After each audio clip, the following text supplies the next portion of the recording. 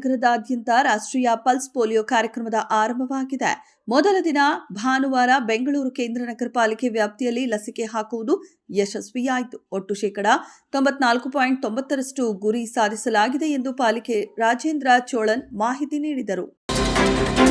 ಸಾಂಸ್ಕೃತಿಕ ನಗರಿ ಮೈಸೂರಿನ ಶಂಕರ ಮಠಕ್ಕೆ ಆಗಮಿಸಿದ ಶೃಂಗೇರಿ ಮಠದ ಶ್ರೀ ವಿಧುಶೇಖರ ಭಾರತಿ ಸ್ವಾಮಿಗಳನ್ನ ಮೈಸೂರು ಅರಮನೆಗೆ ಬರಮಾಡಿಕೊಂಡು ರಾಜಮನೆತನದ ಸಂಪ್ರದಾಯ ಪ್ರಕಾರ ಮೈಸೂರು ರಾಜವಂಶಸ್ಥ ಸಂಸದ ಯದುವೀರ್ ಕೃಷ್ಣದತ್ತ ಚಾಮರಾಜ ಒಡೆಯರ್ ಶ್ರೀಗಳ ಪಾದಪೂಜೆ ನೆರವೇರಿಸಿದ್ದಾರೆ.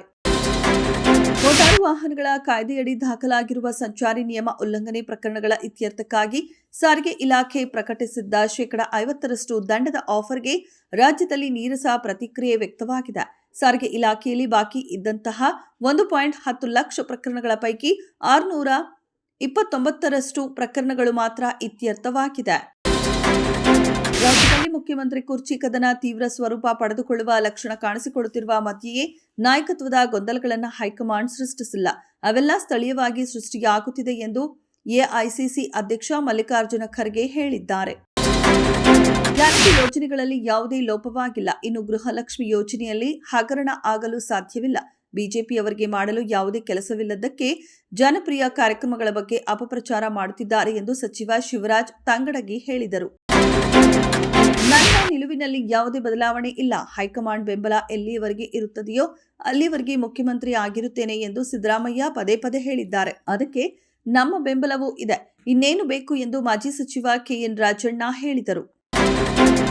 ದೇಶದ ರಸಗೊಬ್ಬರ ಕ್ಷೇತ್ರದಲ್ಲಿ ಸ್ವಾವಲಂಬನೆ ಸಾಧಿಸುವ ನಿಟ್ಟಿನಲ್ಲಿ ಪ್ರಧಾನಿ ನರೇಂದ್ರ ಮೋದಿ ಅವರು ಭಾನುವಾರ ಅಸ್ಸಾಂನ ದಿಬ್ರುಗಢ ಜಿಲ್ಲೆಯ ನಮ್ರಪ್ನಲ್ಲಿ 10,601 ಕೋಟಿ ರೂಪಾಯಿ ವೆಚ್ಚದ ನೂತನ ಅಮೋನಿಯಾ ಯೂರಿಯಾ ಸ್ಥಾವರಕ್ಕೆ ಶಂಕುಸ್ಥಾಪನೆ ನೆರವೇರಿಸಿದರು.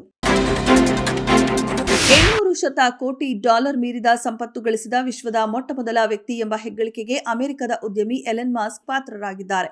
ಮಸ್ಕ್ ಒಡೆತನದ ಟೆಸ್ಲಾ ಈ ವಾಹನ ಸಂಸ್ಥೆಗೆ ಸಂಬಂಧಿಸಿದ ವ್ಯಾಜ್ಯವೊಂದರಲ್ಲಿ ಬೃಹತ್ ವೇತನ ಪ್ಯಾಕೇಜ್ ಅನ್ನು ಮರುಸ್ಥಾಪಿಸುವ ಡೆಲವೇರ್ ಸುಪ್ರೀಂ ಕೋರ್ಟ್ ತೀರ್ಪಿನ ನಂತರ ಮಸ್ಕ್ ಅವರ ಆಸ್ತಿ ಮೌಲ್ಯವು 749 ಕೋಟಿ ಡಾಲರ್ಗೆ ದಾಟಿದೆ. ಸ್ಮೃತಿ ಮಂದಾನ ಟೀಂ ಇಂಡಿಯಾ ಪರ ಈವರೆಗೆ 155 ಮ್ಯಾಚ್ಗಳನ್ನಾಡಿದ್ದಾರೆ. ಈ ವೇಳೆ 1 ಶತಕ ಹಾಗೂ 31 ಅರ್ಧಶತಕಗಳನ್ನು ಬಾರಿಸುವ ಸ್ಮೃತಿ ಒಟ್ಟು 4,007 ರನ್ ಕಲೆ ಹಾಕಿದ್ದಾರೆ. ಈ ಮೂಲಕ ಟಿ20 ಕ್ರಿಕೆಟ್ನಲ್ಲಿ 4,000 ರನ್ ಕಲೆ ಹಾಕಿದ ಭಾರತದ ಮೊದಲ ಮಹಿಳಾ ಬ್ಯಾಟರ್ ಹಾಗೂ ವಿಶ್ವದ 2ನೇ ಆಟಗಾರ್ತಿ ಎಂಬ ಹೆಗ್ಗಳಿಕೆಯನ್ನ ತಮ್ಮದಾಗಿಸಿಕೊಂಡಿದ್ದಾರೆ. ಪ್ರಧಾನಿ ನರೇಂದ್ರ ಮೋದಿಯವರ ಜೀವನಾಧಾರಿತ ಮಾ ವಂದೇ ಸಿನಿಮಾ ಚಿತ್ರೀಕರಣ ಭಾನುವಾರ ಕೇರಳದಲ್ಲಿ ಸಾಂಪ್ರದಾಯಿಕ ಪೂಜಾ ವಿಧಿವಿಧಾನದ ಮೂಲಕ ಆರಂಭವಾಯಿತು. ಪೂಜಾ ಕಾರ್ಯಕ್ರಮದ ಫೋಟೋ ವಿಡಿಯೋವನ್ನ ಚಿತ್ರತಂಡ ಸಾಮಾಜಿಕ ಮಾಧ್ಯಮದಲ್ಲಿ ಪೋಸ್ಟ್ ಮಾಡಿದೆ. ಖ್ಯಾತ ತೆಲುಗು ನಿರ್ದೇಶಕ ಕ್ರಾಂತಿಕುಮಾರ್ ಸಿಎಚ್ ಚಿತ್ರವನ್ನ ನಿರ್ದೇಶಿಸುತ್ತಿದ್ದು, ಮಲಯಾಳಂ ನಟ ಉನ್ನಿ ಮುಕುಂದನ್ ಮೋದಿ ಪಾತ್ರದಲ್ಲಿ ಅಭಿನಯಿಸಲಿದ್ದಾರೆ.